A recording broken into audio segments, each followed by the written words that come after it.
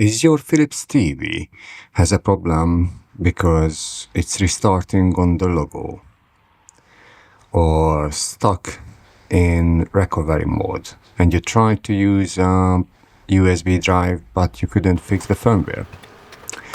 The first thing what you have to do is remove the main board.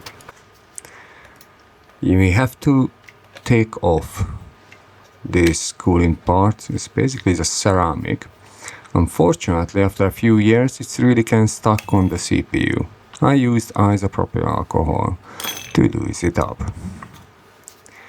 Now, on the left top corner, you can see a chip with a white dot on it, in our case. That's a NAND chip. The problem with NAND chips, this is holding the firmware for the television. They have a limited lifespan, just like with the SSD. If you use them a lot, after a while, you can't read some blocks. And when this area is losing it, unfortunately we have to replace it. If you are not sure that's the problem, you can freeze this NAND chip with a freezer spray, or if you have an air spray, you just move it upside down and try to freeze it that way. And if it starts working briefly, or it's making any difference, then you know this is the issue. Now, to remove the chip, I use around 350 Celsius air, but you can use a little bit higher, especially when you take it off, the old one. You can use even 500 if you want. It's important that you heat up all the area around it, as it has a massive grounded area what we have to heat up.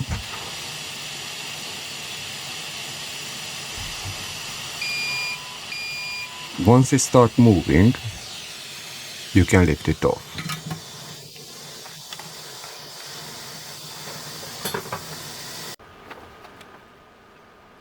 I try to read the firmware, as I don't have a copy of this.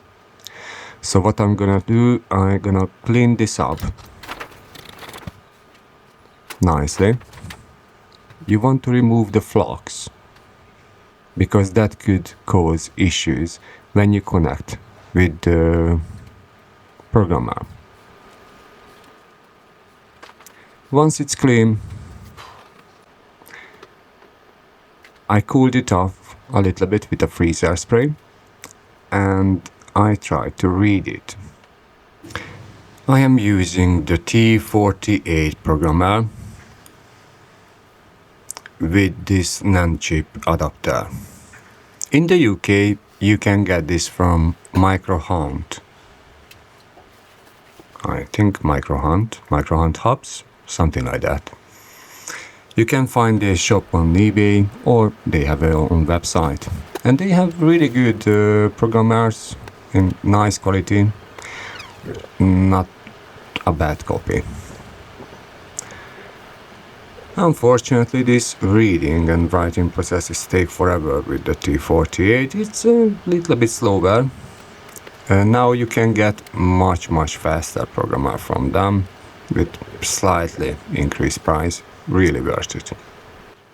But I have time and I don't have money. I don't have money for a new programmer. So I managed to read it out, and I managed to get a replacement chip. This chip is, let's see, is the KLM AG1GETF. I ordered that one on eBay. I think 5-piece cost 20 quid or 25 quid. And for my biggest surprise, it was already pre-bought. So I don't have to work with that one, which is nice because I just bought a new reballing kit. And I was looking forward to do it, but this way is much easier, be honest. So anyway, I tried to write the chip, and it's worked.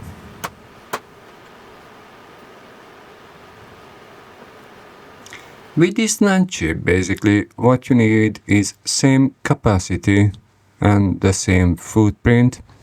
In that case, usually you can find another one which can do the job.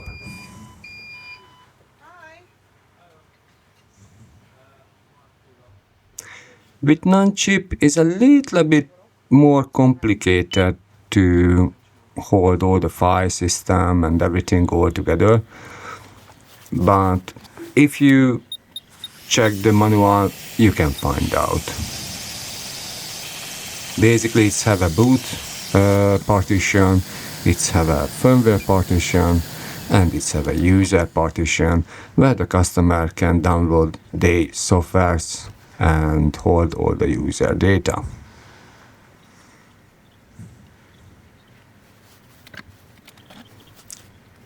I cleaned up the previous mess with using a lot of flux.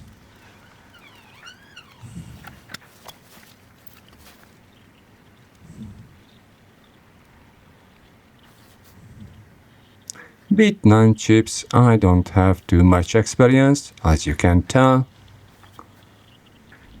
but even I was able to do it, so probably you can do it as well. I smashed around a little flux, not too much, because otherwise, when you heat up the NAND chip, it's gonna float away. If you're using too much air, it's gonna flew away. So not too much flux, but you have to use for everywhere. After you have tried to arrange it, when I heat up, I'm using now 400 degrees.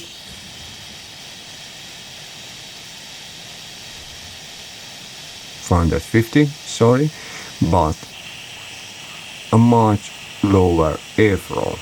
This is around 60 to 80 liter.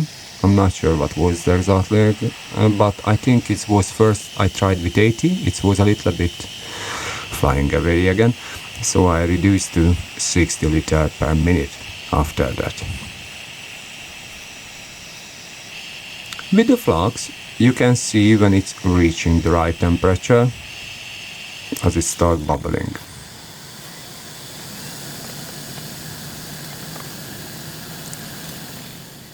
After I cool down with a cooling pad, I borrowed that one with old LG and Samsung televisions. We have a few.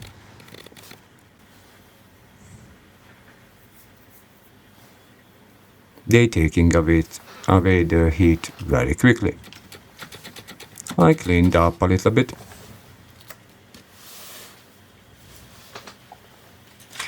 So if you need a similar chip replacement, you can look for this chip.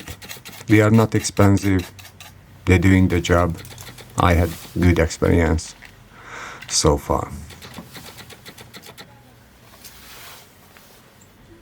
If you're looking for firmwares, your best chance is to look through Badcaps forums. Also, I encourage you, if you find similar firmwares and you able to recover them, please upload them to the Badcaps so we can use them as a community.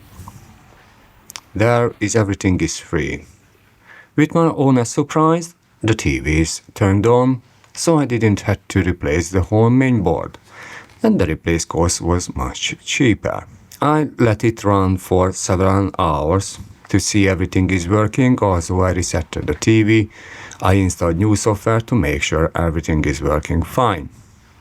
I hope this movie help you to fix your own Philips televisions, or in other case, Sony and Samsung televisions have similar issues. You have been watching South London Repair. If you like the video, give us a like, subscribe, or just leave a comment. Thank you and see you next time. Bye.